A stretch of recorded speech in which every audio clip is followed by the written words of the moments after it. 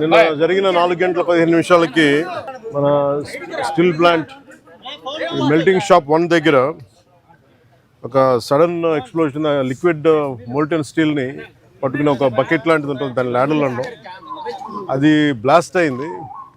ఆ బ్లాస్ట్ అవడంలో దాదాపు నిన్న మనందరికీ తెలిసిన దాదాపు 8 మంది చనిపోయారు, ఒక 6 మంది గాయపడ్డారు, తీవ్ర గాయాలని. సో వాళ్ళు 2 క్రిటికల్ కండిషన్లో, 6 మంది ఇంకా మేజర్ క్రిటికల్ కండిషన్లో ఉన్నారు. ఇంకా వాళ్ళు ఎలా ఉంటుందని మనస్ఫూర్తిగా మేము బాగుండాలని ఆకాంక్షిస్తున్నాం. వాళ్ళని కూడా పరామర్శకెళ్తాను.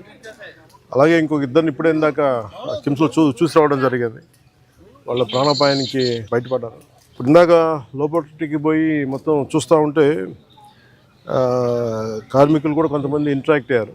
సో వాళ్ళతో కూడా మాట్లాడుతుంటే ఎలా జరిగింది ఏంటి అంటే, వాళ్ళు అంతకు ముందు రోజు కూడా ఇంకా పక్క దాంట్లో ఇలాంటిది ఏదో జరిగింది, కానీ అది నైట్ టైం ఎవరు లేకపోవడం వల్ల ఒక తెలియలేదని అన్నారు. ఇది బేసిక్, ఇది ఎంత సేఫ్టీ ప్రోటోకాల్స్ ఎంత జరిగినాయి, ఎంత మెయింటైన్ చేశారు సేఫ్టీ ప్రోటోకాల్స్.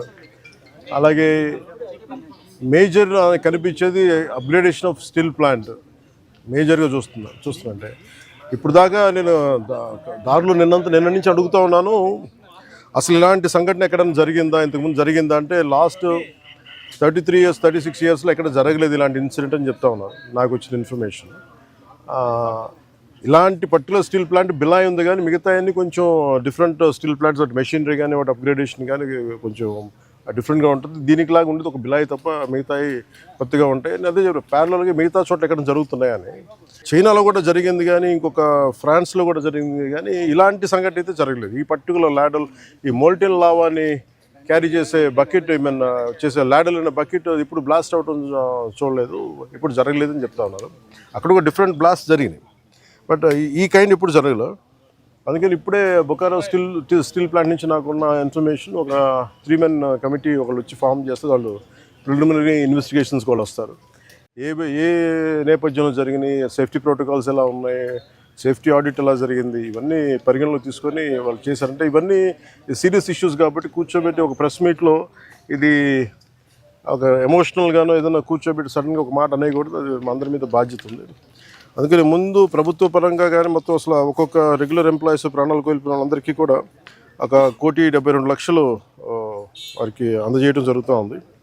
అలాగే కాంట్రాక్ట్ ఎంప్లాయీస్కి 45.75 లక్షలు, అలాగే వాళ్ళ ఎంటైటిల్డ్ టర్మినల్ బెనిఫిట్తో పాటు మరణించిన వారి కుటుంబానికి 5 లక్షలు ఎక్స్గ్రేషియా, మరణించిన వారి కుటుంబ సభ్యులకు ఒక్కొక్కరికి ఉద్యోగం, సివియర్గా ఇంజూర్ అయిన వారికి 10 లక్షలు, అలాగే ట్రీట్మెంట్లో అయ్యే ఖర్చు మొత్తం రాష్ట్రీయ ఇస్పాట్ నిగమ్ లిమిటెడ్ వారు భరిస్తారు. అలాగే స్టీల్ ప్లాంట్ ఉద్యోగుల పిల్లల చదువులు ఏ విధంగా అయితే కొనసాగుతున్నాయో అదేవిధంగా మరణించిన వారి పిల్లలకు కూడా అది వర్తిస్తుంది, వారి చదువు అలాగే కంటిన్యూ అవుతుంది. మరణించిన వారి notional date of superannuation, that means retirement, ఏ రోజు వరకు అయితే ఉంటుందో అప్పుడు దాకా వారి కుటుంబ సభ్యులు స్టీల్ ప్లాంట్ క్వార్టర్స్లోనే ఉండొచ్చు. అలాగే ఎవరైతే కుటుంబ సభ్యులు స్టీల్ ప్లాంట్ టౌన్షిప్ బయట ఉన్నారో వారు కూడా ఇఫ్ దే డిజైర్, అంటే వాళ్ళు కోరుకుంటే ఆ స్టీల్ ప్లాంట్ క్వార్టర్స్లో కూడా వాళ్ళు కూడా ఉండొచ్చు. అలాగే ఇందాక నేను చెప్పినట్టుగా బొకారో స్టీల్ ప్లాంట్ నుంచి ఒక 3 men కమిటీని ఎంక్వైరీ జరుగుతూ ఉంది. అలాగే మరణించిన వారి కుటుంబాలకి, ఆసుపత్రిలో ఉన్న వారికి అండగా నిలబడుతూ రాష్ట్ర ప్రభుత్వం కూడా వారికి పూర్తి సహాయ సహకారాలు అందిస్తాం. అంటే ఇవన్నీ అంటే ఒకటి స్టీల్ ప్లాంట్ మన ఇక్కడ ఆంధ్రప్రదేశ్లో ఇది ప్రైవేటీకరణ జరగకూడదని కోరుకున్న వాళ్ళలో ముందుండి గత కొన్ని సంవత్సరాలుగా మేము, ఇది మా కోరిక, ఇది విశాఖ ఉక్కు ఆంధ్రుల హక్కు అని. అంటే మొన్న 32 మంది చనిపోతే దాంట్లో ఈవెన్ మన తెలంగాణలో కూడా 3 చనిపోయారు. ఇది మన విశాఖ దానికోసం అప్పుడు ఉమ్మడి రాష్ట్రంలో. అందుకని ప్రైవేటీకరణ జరగకూడదు, ఇది మన రాష్ట్ర ప్రభుత్వం కింద ప్రభుత్వ స్టీల్ ప్లాంట్ కింద ఉండాలనేది మా అందరి ఆకాంక్ష. అదేవిధంగా కేంద్ర ప్రభుత్వం ప్రధానమంత్రి గారి నాయకత్వంలో ఇది అలాగే కొనసాగిస్తున్నారు అదే స్ఫూర్తిని. అది ఇప్పుడు మాకు ప్రిలిమినరీగా మేము చూస్తున్నప్పుడు అందరితో మాట్లాడుతున్నప్పుడు అనిపించింది some kind of upgradation is need.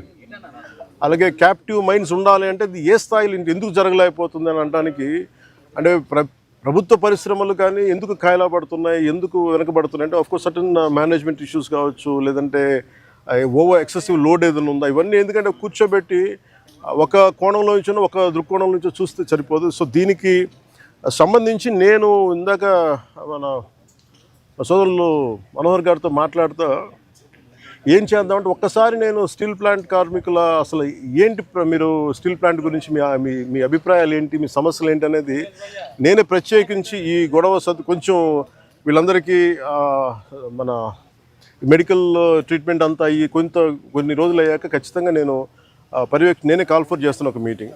ఒకసారి ఆ మీటింగ్లో మన విశాఖ స్టీల్ ప్లాంట్ కార్మికులు అసలు ఏ సమస్యలు ఉన్నాయి ఏంటి ఉన్నది నేను అందరినీ సావధానంగా వింటాం. అది రౌండ్ టేబుల్ అంటామా లేదంటే కూర్చోబెట్టేది వారి ఒక ఇంటరాక్షన్ కార్యక్రమం ఏ పేరు పెట్టినా కానీ దానికి నేను ఖచ్చితంగా నేను ఒక్కసారి ఆ మీటింగ్ నేనే నా ఆధ్వర్యంలో నేను ఆర్గనైజ్ చేసి ఒకసారి అందరికి వింటాను. ఈలోపు మనందరం చేయగలిగేది పోయిన ప్రాణాలకి ఎంత విలువ ఇచ్చినా కానీ తిరిగి తీసుకురాలని వారి కుటుంబ సభ్యులకి నా ప్రగాఢ సానుభూతిని తెలియజేస్తూ రాష్ట్ర ప్రభుత్వం ఇప్పుడు సహాయ సహకారాలు అందిస్తూ ఉంటుంది. స్టీల్ ప్లాంట్ ఇలాంటి భవిష్యత్తులో ఇలాంటి పునరావృతం కాకుండా ఉండాలి అనేది మా అందరి ఆకాంక్ష. కాకపోతే ఇది మేము ఒక బలమైన పాలసీలు చేయగలం కానీ నేను ముందు నుంచి పరవాడ కానీ వైజాగ్ చుట్టుపక్కల ప్రాంతాల అనకాపల్లిలో కానీ ప్రతి 5-6 నెలలకి ఒక 8 నెలలకు ర్యాండమ్గా ఒక సంవత్సరానికి 2 సార్లు ఏదో ఒక చోట ఇలాంటి సంఘటనలు జరుగుతూ ఉన్నాయి. ఇది కొంచెం అలామింగ్గా ఉంది నాకు. నేను ప్రత్యేకించి ఏం చెప్తున్నానంటే అసలు యాజమాన్యాలు సేఫ్టీ ఆడిట్ ఎంతవరకు చేస్తున్నాయి, అలాగే రాష్ట్ర ప్రభుత్వం నుంచి దీన్ని పర్యవేక్షణ చేయాల్సిన అధికార యంత్రాంగం ఎలా ఉంది, ఇండస్ట్రియల్ చీఫ్ ఇన్స్పెక్టర్ ఆయన ఏ స్థాయిలో ఉన్నారు, ఒకవేళ చిన్న లోపాలు ఏదైనా ఉంటే వాళ్ళకి కూర్చోబెట్టి పంపించారా, ఒకవేళ సపోజ్ ఏదైనా వైలేషన్స్ ఏమైనా ఉంటే వైలేషన్స్ని మీరు రిపోర్ట్ చేశారా, లేదంటే వాళ్ళు దాని మీద యాక్షన్ తీసుకోలేదు, ఇవన్నీ కూడా జరగాలి. అంటే నాకు ఇందాక చెప్పినది ఎంతవరకు వాస్తవాలు నాకు తెలియదు, జస్ట్ ఒక ఆన్ హ్యాండ్ ఇన్ఫర్మేషన్ చెప్తా ఉన్నాను.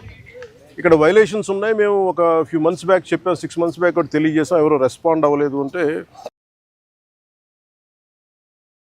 మాకు ఏమనిపించిందంటే ఆన్ ఫేస్ వాల్యూ తీసుకోలేము ఇవన్నీ. సో అందుకనే దీనికి కీలకమైన కారణాలు ఏంటి, the exact causes and investigation the detail enquiry has been initiated to ascertain the reasons and fix responsibility.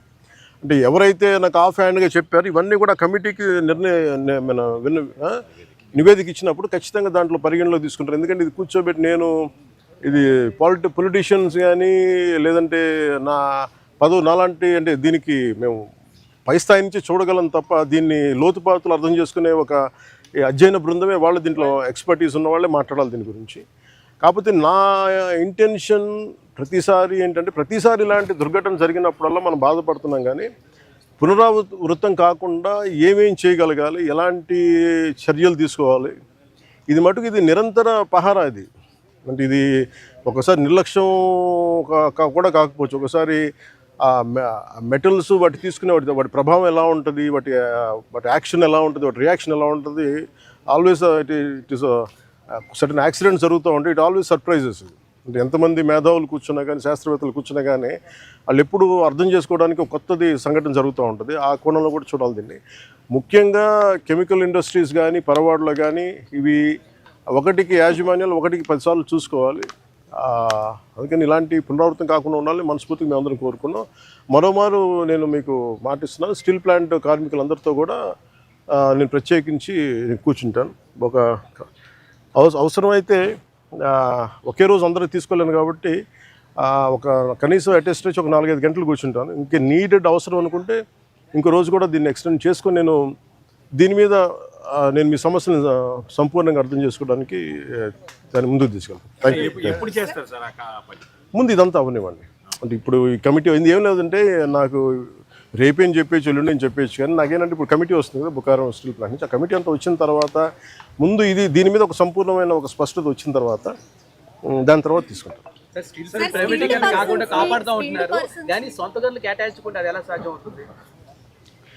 ఇప్పుడు మీరు ప్రశ్న ఇప్పుడు ఏం చేస్తున్నారంటే, నేను లాస్ట్ టైం కూడా ఇక్కడికే వచ్చాను. నేను ఎంటైర్ యూనియన్స్తో మాట్లాడాను. నేను ఆ రోజు అందరినీ చేతులు ఎత్తమని అడిగాను. ఒక్కళ్ళు చేతులు ఎత్తలు. ఆ రోజు ఢిల్లీ తీసుకెళ్తాం రండి క్యాప్టివ్ మైన్స్ గురించి అంటే అందరూ కన్వీనియంట్గా ఆ రోజు ఒక్కళ్ళు చేతులు ఎత్తలు. అంటే మీరు ఇండివిజువల్ పార్టీ పాలిటిక్స్ మీరు కలెక్టివ్గా స్టీల్ ప్లాంట్ మాది అనుకున్న irrespective party verticals or wing verticals పక్కన పెడితే మీరు స్టీల్ ప్లాంట్ కార్మికులు బాగు కోరుకోవాలి, ఇది బాగుండాలి, ఇది విశాఖ ఉక్కు, ఇది ఆంధ్రుల హక్కు అనే మీరు పదాన్ని నిజంగా మీరు ముందుకు తీసుకెళ్ళాలి స్ఫూర్తినంటే నేను ఆ రోజున ఇదే దాంట్లో గత వైసీపీ ప్రభుత్వం ఇది అమ్మేస్తానంటే మేము వచ్చి కూర్చొని కొట్లాడాం దీనికి. అదే దాన్నే నివేదిక రూపంలో నేను మన హోంమంత్రి గారికి తెలియజేశాను. అది మీరు చూస్తే వెంటనే దాన్ని ఆ ప్రైవేటీకరణ కూడా ఆగి ఈరోజు ఇక్కడికి వచ్చింది. ఇది మేమందరం సమిష్టిగా చేసాం, మాట్లాడాం. కాకపోతే ఏమవుతుందంటే దీన్ని క్యాప్టివ్ మైండ్స్ అంటే మరి ఇంతకాలం ప్రాబ్లం ఏమవుతుందంటే సార్, మీరు మాట్లాడుతున్నప్పుడు నన్ను అడగగలరు. అంటే మీరు సమస్యలు మోసేవాడి మీద మీరు ఒక పంచింగ్ బ్యాగ్ లాగా అంటే మీరు అంటున్నాను కానీ జనరల్ నేను జస్ట్ ఒక పర్సెప్షన్ చెప్తా ఉన్నా. ఎవరైతే బాధ్యతలు తీసుకుంటారో వాళ్ళ మీద ఎక్కువ ప్రశ్నలు వస్తాయి తప్ప అడగాల్సింది ఎవరు? ఒక 5 సంవత్సరాల నుంచి వాళ్ళు ఉన్నారు. దానికి ముందు కాంగ్రెస్ ప్రభుత్వం ఉంది, ఆల్మోస్ట్ క్లోజ్ టు 10 years. ఇది అప్పటి నుంచి చేయాల్సింది. ఇవన్నీ వారసత్వపు ఇష్యూస్గా వచ్చినాయి, లెగసీ ఇష్యూస్గా వచ్చేసినాయి. నాకేముంది, నేను ఏ సమస్యల నుంచి మేము పారిపోవడానికి లేము. ఉన్నది వాస్తవాలు చెప్పి అర్థం చేసుకొని దానికి ఒక పరిష్కార మార్గం ఎతకడానికే మేము సంపూర్ణ సర్వప్రయత్నాలు చేస్తాం. మీరేదో అడుగుతాను మేడం. సార్, టెక్నికల్గా ఉన్న వాళ్ళని తగ్గించేసి అడ్మినిస్ట్రేటర్స్తో రన్ చేస్తున్నారు. పని ఒత్తిడి కూడా కార్మికులు, నిర్వహణ లోపం చాలా ఎక్కువగా ఉంది అనేది కూడా లోపల పనిచేసిన కారణం వాళ్ళు అంటున్నారు మేడం. ఇది ఇంత మీరు అడిగిందే నాకు చెప్పారు. కాకపోతే ఇది ఏంటంటే ఇది మనం నేను దీనికి సంబంధించి అనుభవం ఉన్న వ్యక్తిని కాదు నేను. కాకపోతే నేను ఏం చేయగలను, ఇప్పుడు మీరు అన్నది ఎంతవరకు అనేది నేను పబ్లిక్ తీసుకెళ్ళగలను. లేదంటే రేపు పొద్దున్న విచారణ ఈ కమిటీ ఏదైతే వస్తుందో వాళ్ళకి మేము చెప్పగలం. సో నేను అందుకని అంటాను, వన్స్ వీళ్ళందరూ ఆ కమిటీ తీసుకున్న తర్వాత నేను ఒకసారి కార్మికులతో ఇంటరాక్ట్ అయ్యాను అనుకోండి. ఇప్పుడు ఏమైపోతుంది, ఇప్పుడు మాట్లాడాలంటే అందరూ ఒకేసారి మీద పడిపోతే కాదు. చాలా ప్రశాంతంగా కూర్చొని చాలా నిబద్ధతతో చేయాల్సిన మీటింగ్. సో అది నిజంగా మీరు చెప్పింది కూడా పరిగణలో తీసుకొని వాటితో మాట్లాడతాం. లాంటి స్టీల్ ప్లాంట్ చాలా వరకు దేశంలో చాలా స్టీల్ ప్లాంట్ ఉన్నాయి. ఎక్కడ లేనంతగా ఇక్కడ ఈ ప్రాంతంలో ఈ స్టీల్ ప్లాంట్లో ప్రమాదాలు జరుగుతున్నాయని కార్మిక నేతలు చెప్తున్నారు. కార్మికులు కూడా ఆందోళన. దీన్ని ఎలా చూడొస్తారు మీరు? నేను అనేది స్టీల్ ప్లాంట్ కార్మికులు, మీరు సంఘాలు ఉన్నాయి కదండి, సంఘాలు ఉన్నప్పుడు మీరు కూర్చోబెట్టి వీళ్ళు ఒక్కొక్క ప్రభుత్వం వచ్చినప్పుడు ఒకవేళ బిహేవ్ చేస్తాయి సంఘాలు. నాకు ఇబ్బంది ఏముందంటే సంఘాలు అనేవి ఇర్రెస్పెక్టివ్ ఆఫ్ ఏ ప్రభుత్వం వచ్చింది ఏ ప్రభుత్వం పోయింది అనే కంటే కూడా సంఘం కార్మికుల సంక్షేమం కోసం ఇర్రెస్పెక్టివ్ ఆఫ్ మనం ఎవరు బాగా చేయగలం అని ఆలోచించాలి తప్ప మీరు వైసీపీ వచ్చినప్పుడు కాంప్రమైజ్ అయిపోయి, వైసీపీ వచ్చినప్పుడు ఈ స్థలాలని మనం ప్రైవేటీకరణ చేసేద్దాం వాళ్ళతో కుంభకి ఇవి నేను వాస్తవంగా చెప్పగలను. ఆ రోజు నేను కూర్చున్నప్పుడు ఎందుకు ఇంత బలంగా మాట్లాడగలంటే ఆ రోజు నేనే నోరు తెరిచి అడిగితే ఒక్కరు చెయ్యి చూపులు. సో అందుకని మొదటి రక్షణ కవచం ఎవరు? సంఘాలు ఈ పొలిటికలైజేషన్లోనో లేదంటే మన పార్టీ రాజకీయాల్లో పడిపోయి నిజంగా కార్మికుల సంక్షేమం ఎంతవరకు ముందుకు తీసుకెళ్లారు అనేది కూడా నాకు వాళ్ళతో కూర్చొని నేను మాట్లాడతాను సార్. నేను I don't try to shy away or shun away from this.